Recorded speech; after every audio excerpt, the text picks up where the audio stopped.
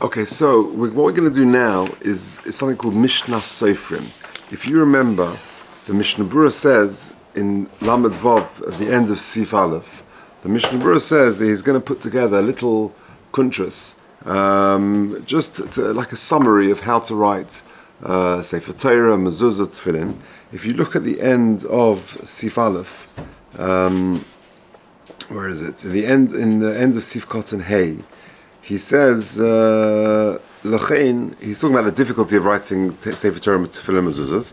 Lochein his chazakti be'eza Hashem yisparach v'alsisi zeh hakuntrus. I wrote a little kuntrus called Mishnas Sofrim, meyuchad b'soif Siman Zeh, the end of Siman 36, Lamed Vav, ve'etaktiv me Beis Yosef Pri Megadim, and I've taken extracts from the Beis Yosef and the Pri Megadim, or Shari Achronim, Tmunas Kol Osis L'maisa, the description of how to write each letter, v'karasiv b'shem Mishnas Sofrim, and I've called this little kuntras Mishnas Sofrim, v'kolalti boi gam kitzu klalidin hakofas gvil v'chak, and I've done a little brief overview, a summary of the halachas of hakofas gvil, leaving a border around each letter, v'chak so you've got to write the letter, you can't put a blob of ink and then scrape away, v'shaloi kasidron, and doing things, making sure they're not shalei kasidron, bal pri megadim shachredim. That was what he said at the end of Sif Aleph in Lamed Vav.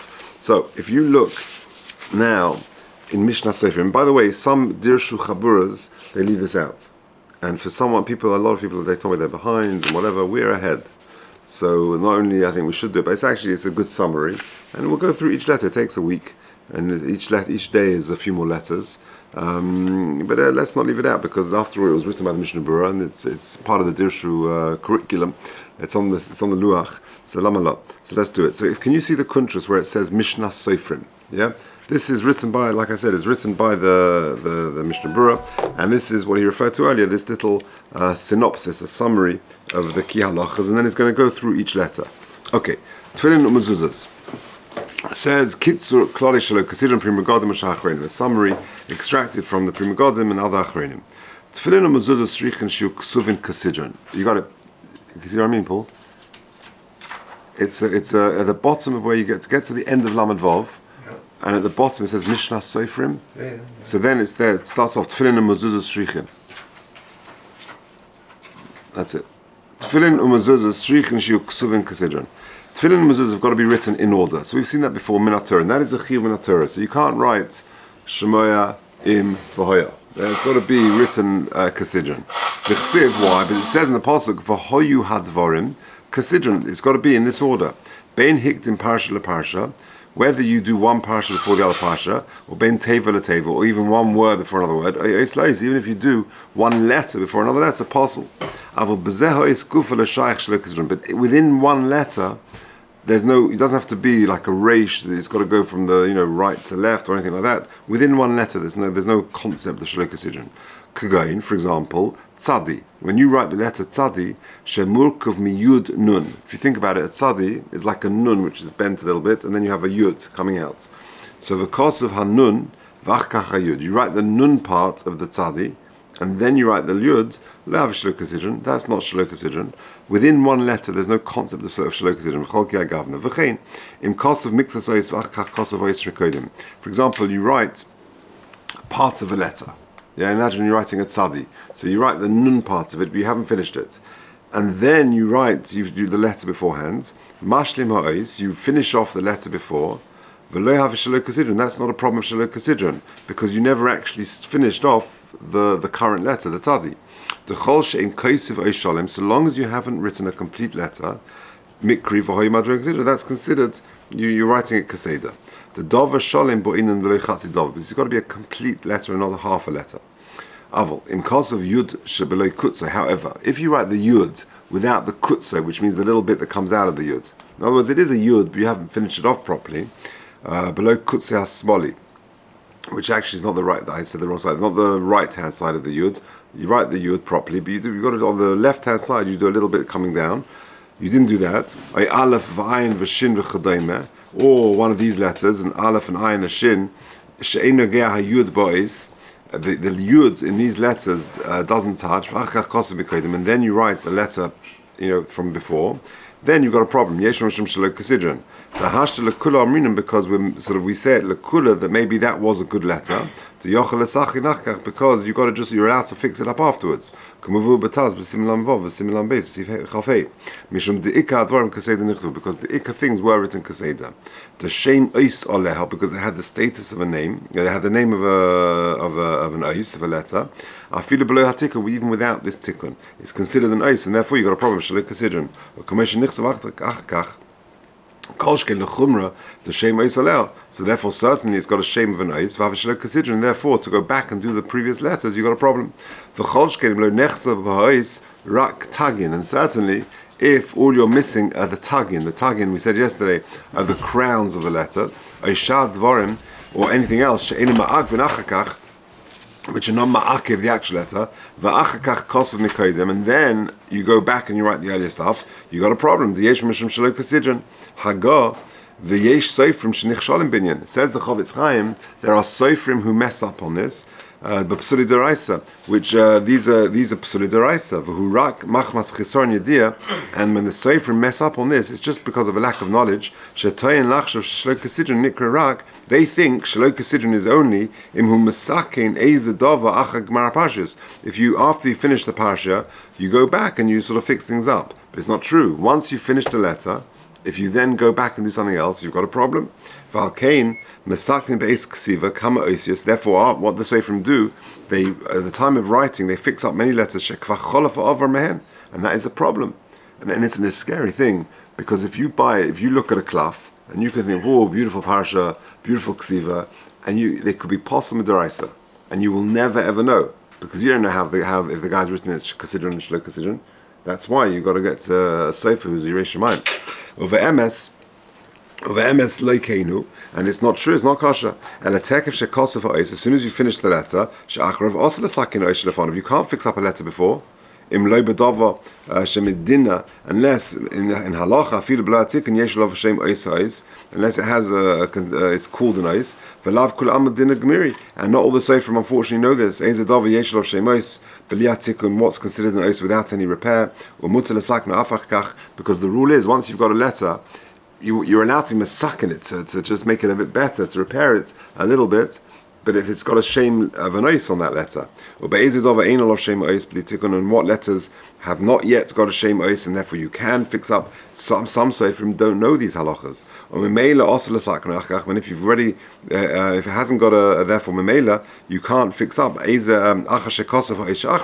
Once you finished off a letter, it's very careful. It's very important for a sofer. You shouldn't finish off any letter to fix it. After you've done the next letter, unless it's explicitly written in the poskim that is able to fix it up afterwards. Unless you know clearly the halacha, you can't make, well, that was okay, this is also properly okay. You can't be madam and milsa lemilsa to make these sort of comparisons. V'chol zeh who below tikkun. 1 second. Okay, v'chol zeh who afilu tikkun sh'al yedei ksiva. That's also repairing it sh'al yedei ksiva by writing. V'kol shkein tikkun sh'al yedei mechika, and certainly being fixing something up al yedei mechika sheyesh b'chashash t'chak teiches. You've got a problem with chak teiches. Chak teiches means, remember, you've got a bit of ink and you scrape away area to reveal the letter. That's no good. You've got to write the letter. Even forget writing shelo kasidron, writing other letters afterwards. You got to know the halachas. There are lots, they're extensive and long. Listen to this, amazing. The Chai Adam, when he would get his tefillin or mezuzahs or whatever, he would make a condition with the sofer that you shouldn't put any metal on the klaf, i.e. to repair it in such a situation. But it's very clever advice. But it only helps. It only helps because of the problem of chak teiches. It doesn't help you in that. Unless the sofer was very careful, it's like to do his work very carefully and slowly. Don't, just go slowly, do the letter, finish it properly, and then move on to the next letter. I've seen God-fearing people, mefazrin mom and rav, who spend a lot of money al tikkun tefillehen to fix up their tefillin.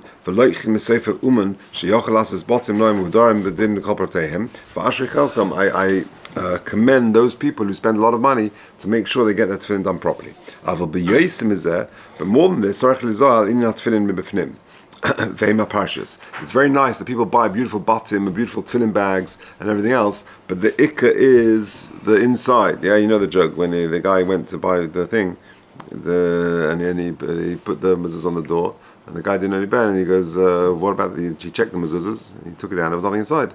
They said, "What are you doing?" He says, they were the instructions. I threw them out. Yeah, the instructions bit of the most important part of it. That's the mezuzahs, right? That's the klaf. He's got to do it properly with all the details in the hidurim. Therefore, the sofer has got to be an expert in writing the letters. Interesting. He's got to do it slowly and deliberately. Don't rush. One letter is not done properly, it could puzzle the whole tefillin. Okay, carrying on.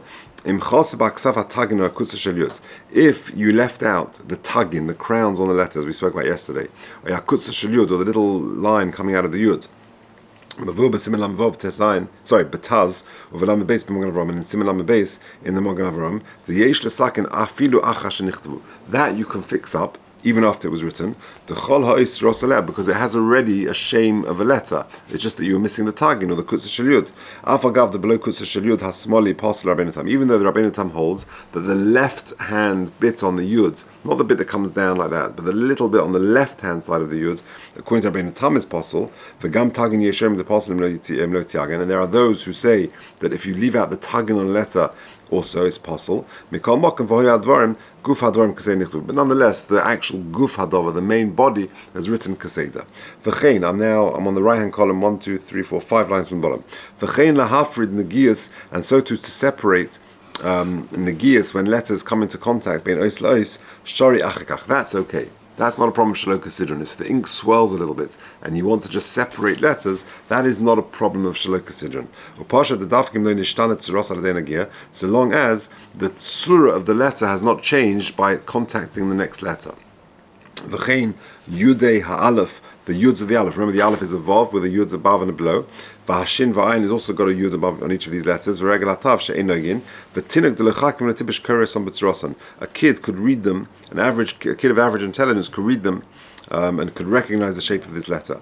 A base v'dalet v'chadomer, or a base or a dalet she'chadomer she'ein agag mechuber liyerech lemala, where the leg is not attached to the top. V'tinuk koira. And the kid reads them, can recognize the letter. That you can fix afterwards. So long as the separation is not very clear. But if it was very clear, even if the kid can read them, if the letter is no longer there, hasn't got its shape, then you've got a problem. And it's Shalok Sidron. We discussed this in Lamed Beis. Okay. I'm 4 lines down on the left-hand column.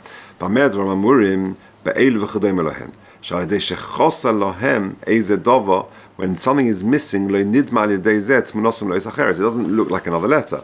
But the yud of a tzadi, remember that tzadi is made up of a nun and a yud, and if it's not touching, it looks like a yud and a nun, 2 separate letters, because they're not touching together. Or or there's too much of a gap in a ches between on the left leg and its roof, and it looks like a hay. Even if the tinuk reads the letter, it doesn't help if the kid could recognize the letter, because lamaisa, it hasn't got the tzura of that ois. It looks like a nun and a yud, or a yud and a nun, and not a tzadi. V'dad das haprimagodim b'zeh, dafilim ein nikar pridos in the even if he doesn't recognize the gap, v'atinuk kar gam kein lois, and the kid can read it, lo mahani tikun you're not able to fix it up. Okay.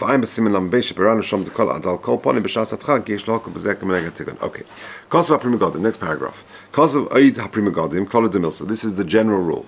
Kol she'en kosav rak meichek u'meishech. Whenever you're not writing, but you're erasing or you're extending, lo have a shaluk sidron, there's no problem with shaluk sidron. That's a very interesting rule. I.e., hamoshel, la avosecha. You see the word la avosecha? Mole vov. By mistake, the Sofer wrote it mole. He put a vov in the word la avosecha. Tzorich limchek havov. You want to erase the vov. Now, by erasing the vov, is that a problem with shaluk sidron? No. Because it now looks like two words. V'la'av secha yimshech habes. The answer is you just elongate the base. That's not a problem of shaluk sidron because all you're doing is extending the base. You're not changing the order. The tchilas namit tzuras base because before you did any tikkun, it had the tzur of a base. So you're just extending it a bit further. So therefore, no problem. But if you did the base originally too short and it looked more like a nun than a base, like a regular nun, and then you make it into a base, then you got a problem. Those are the rules. And so too, if you wrote the ois properly originally, and then you messed up somehow, once you've been misbattled the tzura of the letter, and then you want to fix it up afterwards, you want to repair it afterwards, then you've got a problem with shaluk sidron. You always need it to be in order. It's the same as mukaf kvil. The pasuk is only makbid about the time of writing, Orach, like we said previously at length. And sometimes,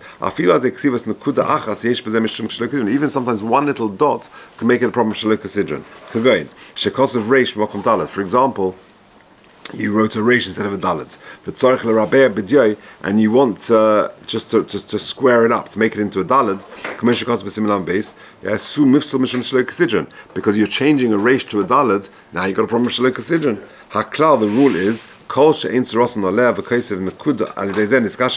whenever you do even a drop and you therefore fix the letter and you've now made it kasha, yesh b'zeh mishum shaluk sidron. Seder. Now let's just finish off this at the end. He's going to now talk about other things, and including chak teiches. Remember, chak teiches is you've got to write the letter properly, not just spill some ink on it and scrape away to make the letter.